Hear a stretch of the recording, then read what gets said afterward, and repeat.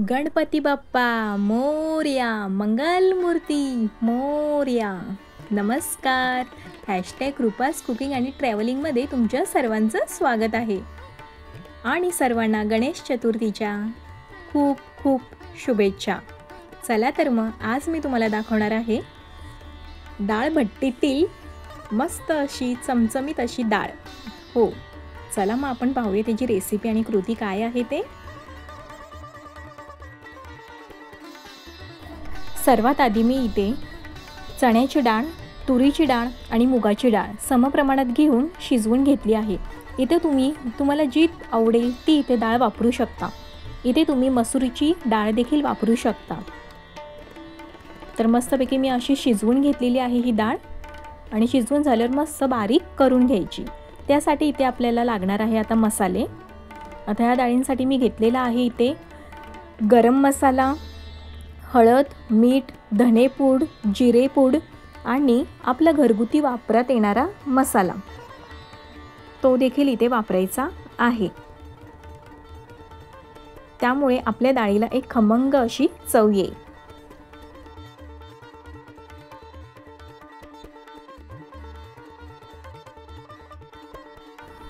इथे मी पातेल्यात 2 चमचे गरम तेल करत ठेवलेलं आहे.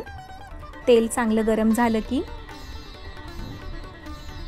आपण इथे मोहरी, जिरे, ठेचलेला लसूण, कढीपत्ता यांची फोडणी करून घ्यायची आणि मी 2 इथे बारीक चिरलेले मिरच्या देखील घेतलेल्या आहेत. या सर्वांची फोडणी करून झाली की मग त्यावरती छान असा कांदा, 2 बारीक चिरलेले कांदे मी इथे घेतलेले आहेत.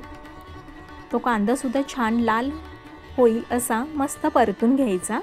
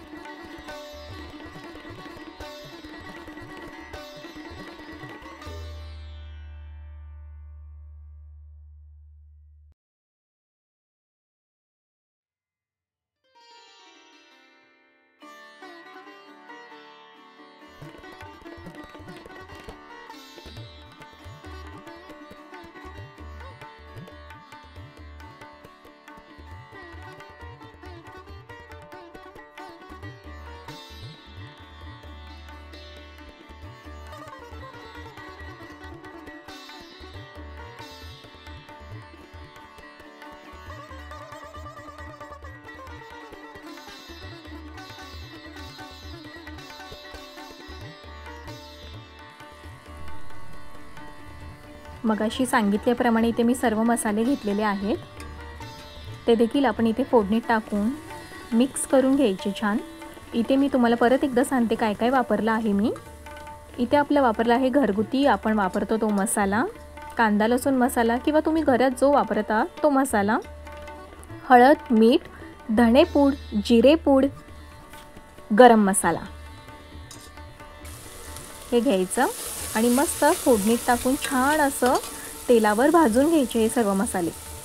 मसाले छान भाजले की आपण शिजवून घेतलेल्या सर्व डाळी, या मिक्स डाळी आहेत, त्याची फोडणी करून घ्यायची आणि आपल्याला हवं तितकं पाणी ॲड करून मस्त उकळी येऊस्तर शिजवून घ्यायचं.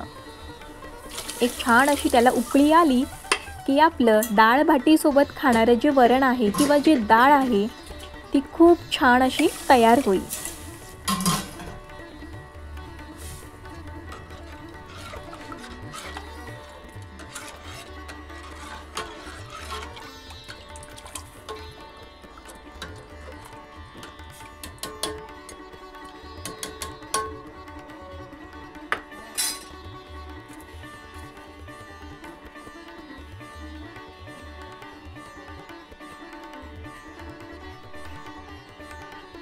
इथे आतमध्ये आपलं मस्त असं वरण डाळ तयार होते.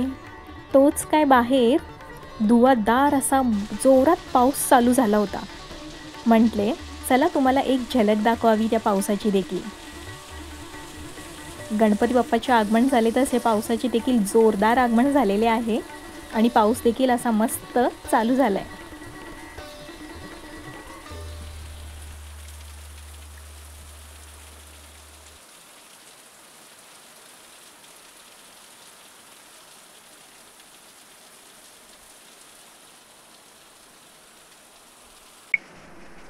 आणि हो, आपली डाळ पण इथे तयार आहे.